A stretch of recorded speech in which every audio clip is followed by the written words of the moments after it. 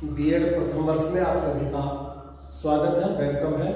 आज हम बीएड प्रथम वर्ष के अंतर्गत हमारा जो पहला एग्जाम पेपर है समकालीन भारत एवं शिक्षा, उसके बारे में हमारी 4th यूनिट चल रही है।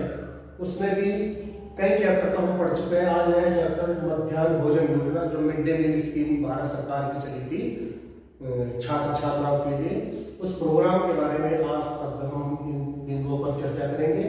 सबसे पहले उसका सामान्य परिचय बताएंगे, फिर इस योजना के उद्देश्य क्या है, इसकी वित्त व्यवस्था, प्रशासन व्यवस्था कैसे चल रही है, योजना का क्षेत्र कहाँ कहाँ है, योजना का मेन्यू किस प्रकार से है।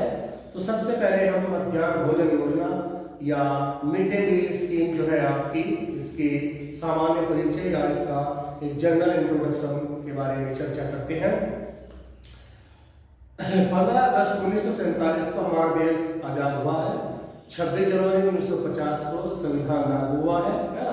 तो प्राथमिक शिक्षा के संदर्भ में प्रारंभ इसकी 45वीं धारा स्पष्ट निर्देश करती है कि 10 वर्ष के अंदर, आने वाले 10 वर्ष के अंदर 6 वर्ष से 14 वर्ष तक की आयु वर्ग के जितने भी बच्चे होंगे उनको जो है सरकार जो है अनिवार्य और निःशुल्क प्राथमिक शिक्षा की व्यवस्था करेगा, है ना। तो 1951 में फिर हमारा जो सारे कार्य थे वो योजनाबद्ध तरीके से शुरू हो गए हैं। 1957 में केंद्र में अखिल भारतीय प्राथमिक शिक्षा परिषद इसका गठन किया गया और इसे प्राथमिक शिक्षा के प्रसार और उन्नयन के संबंध में सुझाव देने का कार्य सौंपा गया। इस परिषद ने प्राथमिक शिक्षा के क्षेत्र में क्रांतिकारी परिवर्तन किए हैं, अच्छे इसने कार्य किए हैं। परिणाम स्वरूप उसके प्रसार में तेजी आई है। और फिर आपका 1964 में कोठारी कमीशन आया है, अपनी जो उसकी रिकमेंडेशन थी 1966 में उसने प्रस्तुत की है और उसमें सभी बच्चों के लिए शैक्षिक अवसरों की समानता पर विशेष बल दिया गया है। और सरकार का ध्यान जो है पिछड़े वर्ग, अनुसूचित जाति, अनुसूचित जनजाति, अल्पसंख्यक और कबीले के बच्चों की शिक्षा की ओर आकर्षित उन्होंने किया है। फिर साथ ही प्राथमिक शिक्षा स्तर पर होने वाले अपव्यय और अवरोधों पर भी इन्होंने अपने सुझाव दिए हैं। उस समस्या को कैसे दूर किया जा सकता है वो भी सुझाव दिए हैं। और इसके आधार पर फिर आपकी राष्ट्रीय शिक्षा नीति 1968 आई है। फिर 1979 में एक प्रोग्राम आया है, उसमें भी 6 वर्ष से 14 वर्ष तक की आयु वर्ग के ऐसे बच्चे जो किसी कारण से हमारी जो शिक्षा थी उससे वंचित रह गए हैं, तो उनके लिए औपचारिक शिक्षा का लाभ नहीं जो उठा पा रहे थे, निरौपचारिक शिक्षा कार्यक्रम शुरू किया गया है ना। तो 1986 में फिर हमारी राष्ट्रीय शिक्षा नीति घोषित की गई है।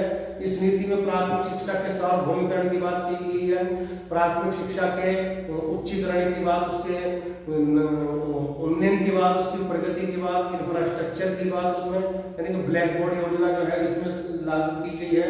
फिर आपका 1990 में थाईलैंड में सबके लिए शिक्षा पर एक प्रोग्राम, एक कॉन्फ्रेंस किया गया है। विश्व के सभी देशों ने उसमें भाग लिया है, भारत ने भी भाग लिया है। और भारत में फिर सबके लिए शिक्षा विश्व घोषणा नाम का जो डिक्लेरेशन था, उसी के परिणाम स्वरूप जो है भारत में 1994 में शैक्षिक दृष्टि से जो पिछड़े जिले थे उनमें जिला प्राथमिक शिक्षा कार्यक्रम शुरू किया गया है। इन सब प्रयासों के बाद में प्राथमिक शिक्षा का सार्वभौमिकरण नहीं कर सके हैं, अर्थात प्राथमिक शिक्षा घर घर तक बच्चों तक नहीं पहुंचा पाए हैं। और इस बात में सबसे बड़ी हमारी समस्या थी स्कूल होने पर भी बच्चों का स्कूल में प्रवेश न लेना, और प्रवेश अगर ले जाए तो बीच में छोड़ करके चले जाते हैं, या प्रवेश लेने के बाद में स्कूल में जो है मतलब पास नहीं होते हैं वो हर साल जो है। तो ये सब चीजें अपव्यय और अवरोधों के बीच में यहाँ पर कुछ समस्या बनी हुई थी, है ना। तो इसी बीच में क्या हुआ, फिर प्राथमिक स्कूलों में नामांकन बढ़ाने के लिए, ताकि एनरोलमेंट भी बढ़े, प्रवेश बढ़े और बच्चे वहां पर रुके, तो ये अपव्यय और अवरोधन को रोकने के लिए जो है इसमें भारत की सरकार की तरफ से बहुत ज्यादा प्रयास किए गए, परंतु इस क्षेत्र में सफलता तो पूरी तरह से नहीं मिल पाई है। तो इसी बीच सरकार के सामने बच्चों के उचित पोषण का भी प्रश्न था। इसके लिए उच्च न्यायालय से केंद्र और राज्य सरकारों को चेतावनी भी दी जा रही थी। अतः इन दोनों समस्याओं का समाधान करने के लिए फिर केंद्र सरकार ने 15 अगस्त 1995 को 1995 को प्राथमिक शिक्षा के पौष्टिक आहार सहायता का राष्ट्रीय कार्यक्रम शुरू किया। इसे संक्षेप में मध्याह्न भोजन योजना या मिड डे मील स्कीम कहा जाता है। यानी कि सारा का सारा प्रोग्राम जो है आपका प्राथमिक प्राथमिक शिक्षा को लेकर के चलाया गया है। प्राथमिक शिक्षा हमारे शुरू से लेकर के, जब हमारा भारत आजाद होता है, शुरू से लेकर के 1986 की राष्ट्रीय शिक्षा नीति तक, और उसके बाद 1990 में जो थाईलैंड में सबके लिए शिक्षा का एक प्रोग्राम किया गया, कॉन्फ्रेंस हुई वहां पर, तो उसमें भी प्राथमिक शिक्षा के उन्नयन के लिए, घर घर तक पहुंचाने के लिए, बच्चे बच्चे तक पहुंचाने के लिए कार्यक्रम शुरू किए गए हैं। भारत में भी शुरू किया गया, लेकिन वो सार्वभौमिकरण का कार्य जो था कि प्रत्येक बच्चा तक प्राथमिक शिक्षा हमारी पहुंच जाए, अनिवार्य रूप से पहुंच जाए, निःशुल्क पहुंच जाए, तो वो उसमें चाहे 1% की कमी रही हो और चाहे उसमें 2% की कमी रही हो, लेकिन फिर भी वो कमी जरूर दिखाई दी है ना। तो उसी कमी को दूर करने के लिए फिर केंद्र और राज्य सरकारें जो थी भारत की, उनको न्यायालय की तरफ से, उच्च न्यायालय की तरफ से भी जो है उनको फटकार दी गई, उनको सुझाव दिया गया, उनसे स्पष्टीकरण मांगा गया कि आपने इतना पैसा खर्च कर दिया है, आपके द्वारा इतने कार्यक्रम चला दिए गए हैं, लेकिन 100% जो है इसमें हमें सफलता क्यों नहीं मिलती है ना। तो उसी के लिए फिर उन्होंने 1995 में एक ये मिड डे मील प्रोग्राम चलाया है कि ज्यादातर बच्चे इसमें प्रवेश ले सके, एनरोल हो सके, है ना। अब हम देखते हैं कि इस योजना के प्रमुख उद्देश्य है क्या। प्रमुख उद्देश्य वैसे इसमें आगे है सब, लेकिन और क्या प्रमुख उद्देश्य हो सकते हैं। पहला तो उद्देश्य यही है कि बच्चों के प्राथमिक स्कूलों में नामांकन में वृद्धि कराना, यानी कि जितनी ज्यादा हमारे बच्चे प्रवेश लेंगे स्कूलों में, उतना ही हमारी योजना जो सफल होती नजर आएगी। दूसरा है, जो बच्चों ने प्रवेश ले लिया है तो उनको 100% वहां पर रोके रखना है। तो इससे क्या होगा, इससे हमारा जो होने वाला खर्चा है, जो होने वाला समय का खर्चा है, पैसे का खर्चा है, एनर्जी का जो खर्चा है, वो सारे का सारा खत्म हो जाएगा, समाप्त हो जाएगा। और उसको ही हम अपव्यय कह सकते हैं कि प्राथमिक शिक्षा में अपव्यय हमारा कम हो रहा है या खत्म हो रहा है। अब नेक्स्ट इसमें आएगा कि बच्चों की स्कूलों में उपस्थिति में वृद्धि करना। अभी मिड डे मील के बहाने जो है बच्चे एडमिशन लेंगे और वहां पर रुकेंगे भी, उसका जो कार्यक्रम है वो थोड़ा सा मुझे लगे 10-11 बजे के बाद में या लंच टाइम में वो दिया जाता होगा, तो उससे बच्चे जो वहां पर रुकेंगे, है ना, तो उनकी उपस्थिति में वहां पर वृद्धि होगी। बच्चों को पौष्टिक आहार द्वारा स्वास्थ्य लाभ भी पहुंचाना है, यानी कि जो गरीब बच्चे हैं जिनको भरपेट भोजन नहीं मिल पाता है ना, कुछ इस तरह के भारत में इस तरह के स्कूल हैं जहां पर बच्चे इस तरह के बहुत ही गरीब परिवारों से हैं, उनको अच्छी तरह से खाना नहीं मिल पाता है, तो उनको पौष्टिक आहार दे करके उनको स्वास्थ्य लाभ पहुंचाना भी इस योजना का उद्देश्य रहा है।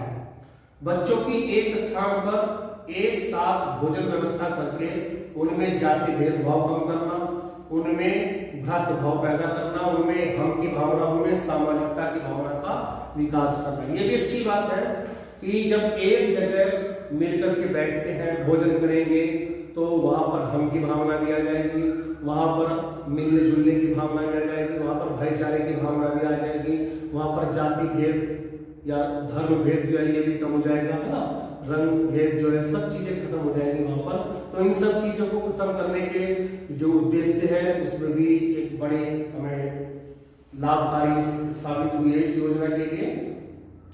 अब देखते हैं कि योजना तो हमने जो चलाई है, इस योजना में पैसा भी खर्च होगा, इसका एक एडमिनिस्ट्रेशन भी होगा, प्रशासन होगा, किस तरह से चलेगा, नीचे से लेकर ऊपर तक जब प्रोग्राम चलेगा सारा का सारा, एक गांव से लेकर के फिर जितने गांव है, फिर आपके ब्लॉक है, ब्लॉक में गांव है, नगर है, आपके शहर है, उनमें भी प्राथमिक विद्यालय खोले गए हैं, है ना। तो पूरा बहुत बड़ा कार्यक्रम है। तो ये 1 या 2 आदमी के बस की बात नहीं है, तो पूरी इसमें चेन चलेगी, पूरा प्रशासन चलेगा, और कैसे कैसे चलेगा तो उसके बारे में बताएं। सबसे पहले वित्त व्यवस्था कैसे इसकी संभाली जाएगी। यह योजना वैसे तो कर दी की जाए तो केंद्र द्वारा संचालित योजना है। इस योजना के संचालन में लेकिन फिर भी केंद्र और प्रांतीय सरकारें दोनों ही अपना खर्च करती हैं, इसमें दोनों ही व्यय करती है। केंद्र सरकार इसमें जितना पैसा खर्च होता है उसका 75% करती है खर्च, और 25% जो है प्रांत की सरकारें इसमें खर्च करती हैं। इसके लिए केंद्र सरकार जो है प्रांतीय सरकारों को क्या देती है, गेहूं भी देती है, चावल भी देती है, और अन्य पौष्टिक आहार जो है उनको देती है, ताकि वो ग्रामीण क्षेत्रों के स्कूलों में खाद्य सामग्री पहुंचा सके। और उन खाद्य सामग्री को रखने के लिए स्टोर रूम बनाना, भोजन पकाने के लिए किचन सेट होना या कोई कमरा बनाना, वो भोजन पकाने के लिए फिर रसोइया भी चाहिए, उसका एक सहायक भी चाहिए। तो उसके लिए 25 विद्यार्थियों पर एक रसोइया और एक सहायक इसकी नियुक्ति की है।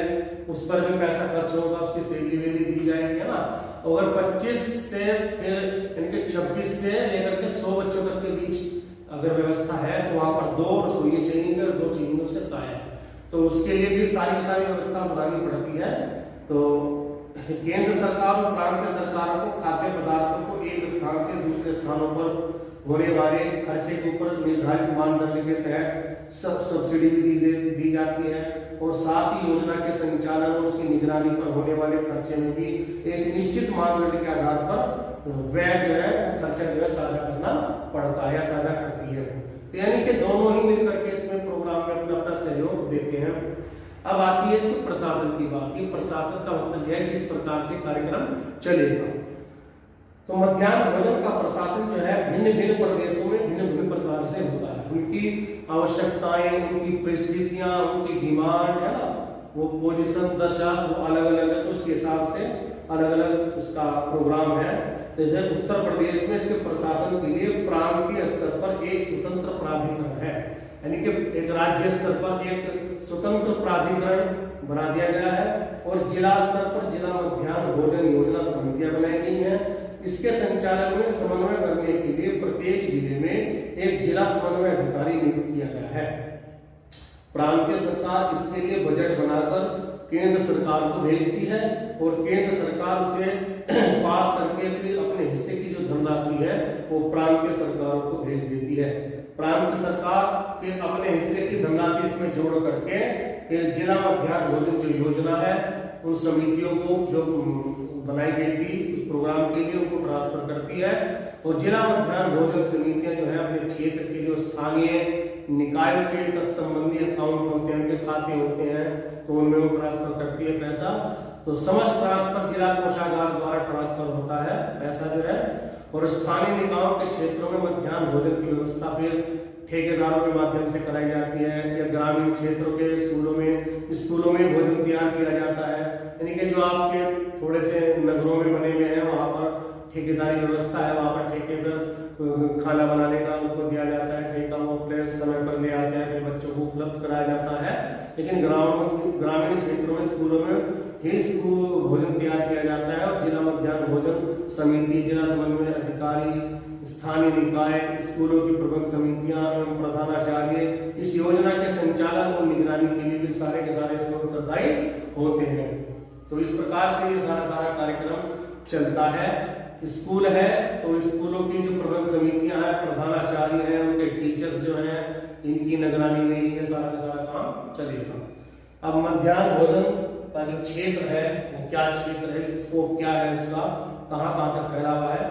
प्रारंभ में यह योजना देश के 2408 ब्लॉकों में चलाई गई थी। जो देश के ब्लॉक होते हैं तो 2408 ब्लॉकों में चलाई गई थी। इसके अंतर्गत केवल सरकारी प्राथमिक स्कूलों को लिया गया था। लेकिन 1997-98 में इसे देश के सभी ब्लॉकों में लागू कर दिया गया है। और सन 2002 में शिक्षा गारंटी योजना और वैकल्पिक एवं नई तरह की शिक्षा के अंतर्गत चलने वाले शिक्षा गारंटी स्कूल और अल्पसंख्यक मुसलमानों के द्वारा चलाए जा रहे मकतब और मदरसों को इसमें शामिल कर लिया गया है। यानी कि 2002 की बात हो रही है। और बाद में फिर 2007 में इस योजना में उच्च प्राथमिक स्कूलों को भी सम्मिलित करना शुरू कर दिया गया है। तो प्रारंभ में शैक्षिक दृष्टि से पिछड़े 3479 ब्लॉकों में इसको लिया गया है। और उसके बाद 1 अप्रैल 2008 से सभी ब्लॉकों में इसको सम्मिलित कर दिया गया है।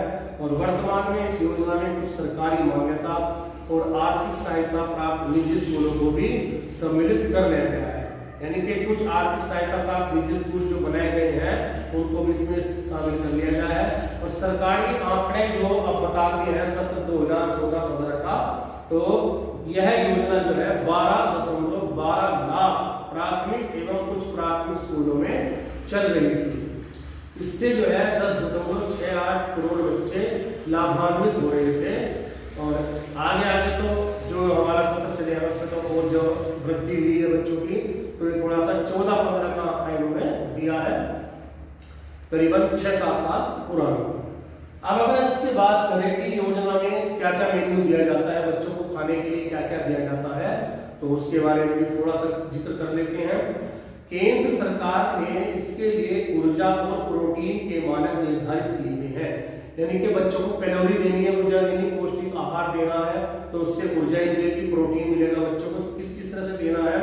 नंबर 1, प्राथमिक स्तर पर, जो प्राथमिक स्तर की शिक्षा होती है, यानी कि 6 से 11 वर्ष तक की आयु वर्ग के बच्चों के लिए ऊर्जा जो है 450 कैलोरी होनी चाहिए और प्रोटीन जो है 12 ग्राम होना चाहिए। प्रत्येक बच्चे को 450 कैलोरी होनी चाहिए और 12 ग्राम जो है उसके लिए प्रोटीन। और उच्च प्राथमिक शिक्षा स्तर पर यानी कि 11 से 14 वर्ष तक की आयु वर्ग के बच्चों के लिए 700 कैलोरी ऊर्जा और 20 ग्राम जो है प्रोटीन जरूरी है। और इस ऊर्जा और प्रोटीन की मात्रा की दृष्टि से जो खाद्यान्न की मात्रा निश्चित की गई है वो किस प्रकार से है, यानी कि कहां से मिलेगा ये प्रोटीन और ऊर्जा?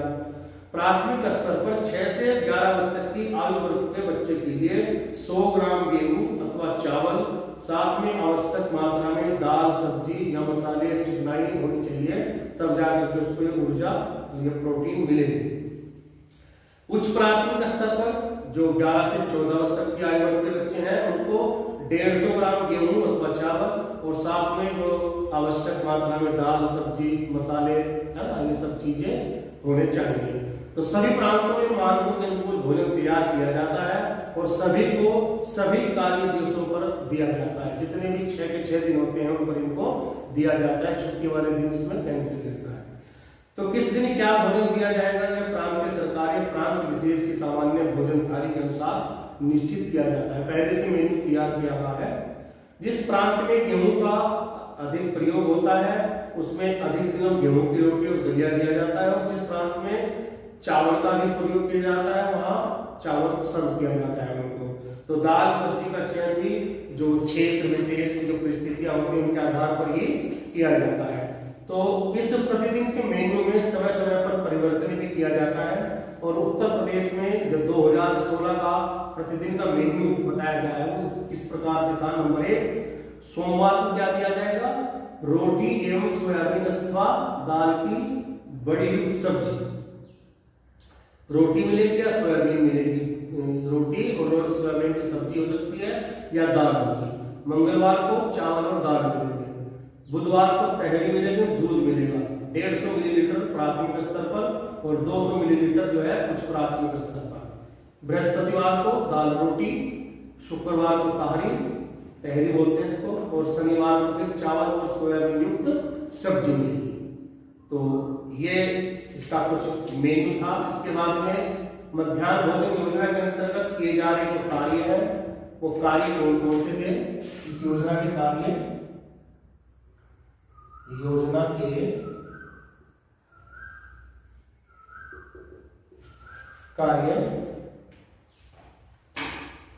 प्राथमिक एवं उच्च प्राथमिक स्कूलों में पढ़ने वाले बच्चों को दोपहर का भरपेट भोजन दिया जा रहा है। भोजन का मेन्यू ऊर्जा की मात्रा क्षेत्रीय खान पान के आधार पर निश्चित कर प्रति कार्य दिवस दिया जा रहा है। बच्चों को सप्ताह के प्रत्येक दिन अलग अलग भोजन दिया जा रहा है।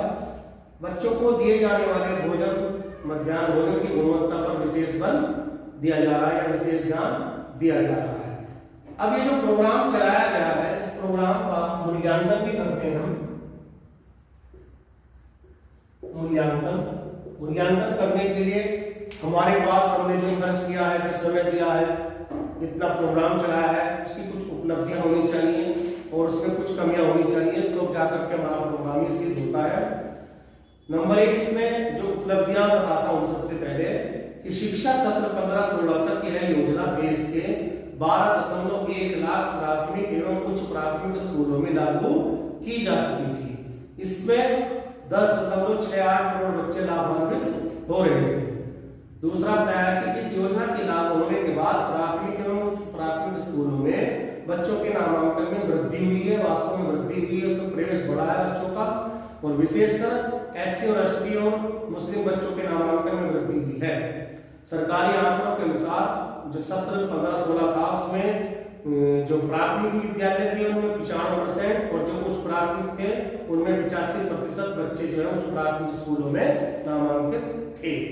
इस योजना के लागू होने से प्राथमिक स्तर पर होने वाला जो अपव्यय था वो कम हुआ है और इस योजना के शुरू होने से पहले जो 1995 में अपव्यय 75% था, 2015 में घट करके 30% रह गया। तो लाभ हुआ है, उपलब्धि प्राप्त हुई है। इस योजना के लागू होने से प्राथमिक एवं उच्च प्राथमिक स्कूलों में बच्चों की उपस्थिति बढ़ी है, बच्चे भोजन के बहाने जो है रोज आने लगे हैं।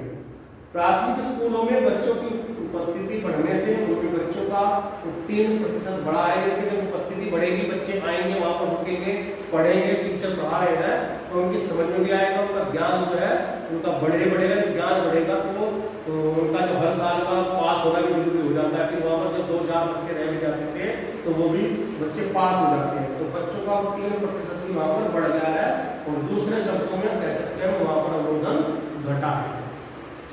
इस योजना के लागू होने से प्राथमिक और उच्च प्राथमिक विद्यालयों में पढ़ने वाले बच्चों को कुपोषण से भी बचाया गया है, क्योंकि वहां पर पौष्टिक आहार दिया जा रहा है, उनके स्वास्थ्य का पूरा ध्यान रखा जा रहा है और उनका उचित पोषण किया जा रहा है, विशेषकर निर्धन परिवारों के बच्चों का, जिन्हें अपने परिवारों में उचित पौष्टिक भोजन प्राप्त नहीं हो पाता है। नेक्स्ट है इसमें कि इस योजना के अंतर्गत प्राथमिक एवं उच्च प्राथमिक स्कूलों में पढ़ने वाले सभी बच्चे एक साथ एक स्थान पर भोजन करते हैं तो उनमें जाति भेद कम होता है और भाईचारे की भावना में बढ़ती है, उनमें सामाजिकता की भावना भी बढ़ती है, उसका विकास होता है। तो ये तो कुछ इसकी उपलब्धियां थी, कुछ इसमें कमियां भी हैं, दोष भी हैं। नंबर 1, कभी कभी इस योजना में घोटाले उजागर होते हैं और कभी किसी स्थान के और कभी दूसरे स्थान के वो घोटाले नजर आते हैं, सामने न्यूज़पेपर में पढ़ने को मिलते हैं, टीवी पर समाचारों में आते हैं। कभी कभी ग्रामीण क्षेत्रों में स्थित ऐसे स्कूलों के बारे में जानकारी मिलती है जिनमें पैसा तो पहुंच रहा है परंतु मध्याह्न भोजन वहां पर नहीं दिया जा रहा है, तो ये भी कमी है।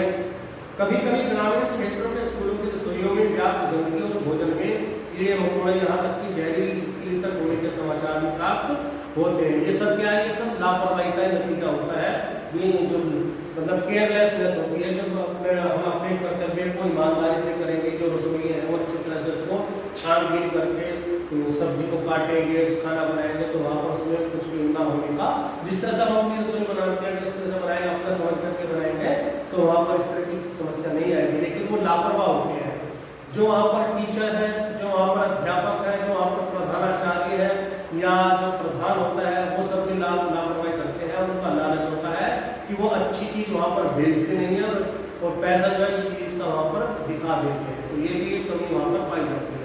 कभी कभी बच्चों के मध्याह्न भोजन खाने से बीमार होने, अस्पताल में भर्ती होने और कुछ बच्चों की हालत जो है नाजुक होने की स्थिति भी हो जाती है, ये भी सच्चा समाचार सुनने को मिलते हैं। कभी कभी बच्चों और बच्चों के विभागों द्वारा मध्याह्न भोजन का बहिष्कार करने के भी समाचार आते हैं। आंदोलन शुरू हो जाते हैं कि हमारे बच्चों को ये सब चीजें खिला कर क्या आप मानोगे, क्या उनको बीमार करोगे क्या, तो ये जुलूस नारे प्रदर्शन ये भी शुरू हो जाते हैं। तो ये इसकी कुछ कमियां बताई गई थी। अब इसका निष्कर्ष अगर हम देखें तो इसमें दो मत नहीं है कि इस योजना के लागू होने से काफी लाभ भी हुए हैं और जो इसमें कमियां नजर आ रही है तो ये योजना की नहीं बल्कि योजना को चलाने वालों की है, क्योंकि कर्तव्य निष्ठा की उनकी बेईमानी की वो कहानी कह रही है। यदि यह योजना पूरी ईमानदारी और निष्ठा के साथ चलाई जा रही होगी तो इससे कई गुना अधिक लाभ इसमें बच्चों को होता। और आश्चर्य इस बात का है कि इस योजना की निगरानी करने के लिए ऊपर से नीचे तक अनेक तंत्र बने हुए हैं, परंतु फिर भी घोटाले में घोटाले हुए जा रहे हैं। मानकों से निम्न स्तर का भोजन दिया जा रहा है, उनमें पूरी सावधानी नहीं बरती जा रही है और जब कोई घोटाला या लापरवाही हमारे सामने आती है तो उसके लिए जांच कमेटी बिठा दी जाती है। और आश्चर्य की बात यह है कि बड़े अधिकारियों को जांच, जो बड़े बड़े अधिकारी होते हैं उनको जांच में जो साबित हो जाती है तो उनको कोई आंच नहीं आती है, यानी कि उनको ऐसे ही कागजों में फिट करके दिखा दिया जाता है सब ठीक चल रहा है। तो कभी कभी जो निर्दोष व्यक्ति होते हैं उनको दोषी करार दे दिया जाता है। तो हमारी दृष्टि से पहली आवश्यकता यह है कि किसी भी प्रकार की भूल के लिए सही जांच होनी चाहिए और दोषी व्यक्तियों को सही जो है उसको सजा होनी चाहिए। और दूसरी आवश्यकता यह है कि उन्हें कड़ी सजा दी जानी चाहिए जो दोषी है ना। जिनके लोगों को समझाना चाहिए, उनके जो कर्मचारी हैं, अधिकारी, उनको समझाना चाहिए कि जो है अपने कर्तव्य को अपनी ईमानदारी के साथ निभाएं, निष्ठा के साथ अपना कार्य करें। जब उनको उनके कार्य की उनको सैलरी मिल रही है तो उस सैलरी में अगर उनका भला नहीं होगा तो वो जो मध्याह्न भोजन के लिए पैसा निश्चित किया गया है तो उसको जेब में भर करके क्या करेंगे उसका, वो फिजूल खर्ची में जाएगा वो पैसा जो है उनका। तो हमें अपनी ईमानदारी के साथ में काम करना चाहिए। तो ये इसका थोड़ा सा निष्कर्ष में कह सकते हैं कि वैसे तो भारत सरकार की तरफ से चलाई जा रही जितनी भी योजनाएं हैं वो सब बढ़िया योजनाएं होती हैं, क्योंकि उसमें पैसा भी खर्च होता है, उसमें समय भी खर्च होता है, उसमें ऊर्जा भी खर्च होती है और उद्देश्य भी यही होता है कि बच्चों को ज़्यादा से ज़्यादा ज्ञान प्राप्त हो सके, बच्चों को स्वास्थ्य लाभ मिल सके, बच्चों का सर्वांगीण विकास हो सके। लेकिन जो बीच की कड़ियाँ होती हैं वहाँ तक पहुँचाने वाली जो कड़ियाँ होती हैं उन कड़ियों में जो अधिकारी या कर्मचारी लोग होते हैं वो अपने मतलब उसको जमीन को बेच देते हैं, है ना, अपनी गरिमा को बेच देते हैं। वो लालच में मोहवश जो है या लालच व्यवस्था के कारण जो है उस पैसे में से कुछ पैसा जो है या ज़्यादातर पैसा वो जो है खर्च नहीं करते हैं और अपनी जेबों में भर लेते हैं। तो हमें तो उनको ही ये समझाना है कि आप अपनी कर्तव्य निष्ठा से साथ में अगर कार्य करेंगे तो जो सरकार अपने कार्यक्रम चलाती है तो उनमें हमें 100% जो है सफलता प्राप्त